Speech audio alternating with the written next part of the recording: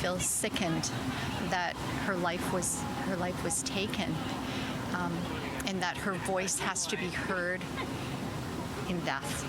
10 years after the tragic loss of Tina Fontaine, Manitobans gathered here at the MMIW G2S monument to honor her legacy, a legacy that continues to resonate deeply across Manitoba, with the provincial government allocating almost $1 million of funds to support Tina's safe haven. Her little life has literally led to saving countless Indigenous women, girls, and two-spirited lives. In August of 2014, the body of Tina Fontaine was found near the Alexander Docks along the Red River, wrapped in a duvet.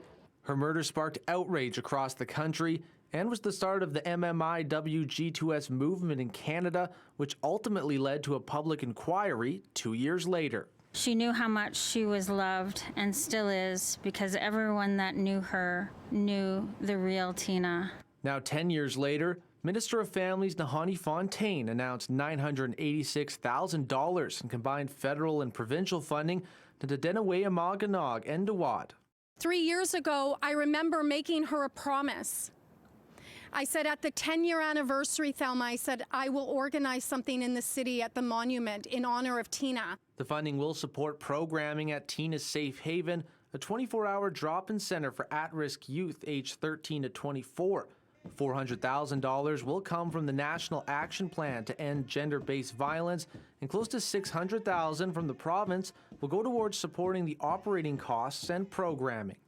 When other people are talking about Tina and remembering her, I think it's maybe a renewed commitment or impetus to move forward in a good way.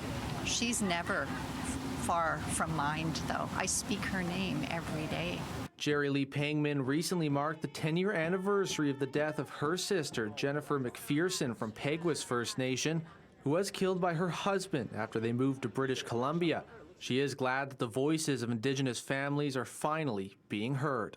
Having a sister that was murdered 10 years ago, around the same time Tina, it was, it's very, there is light and there is action.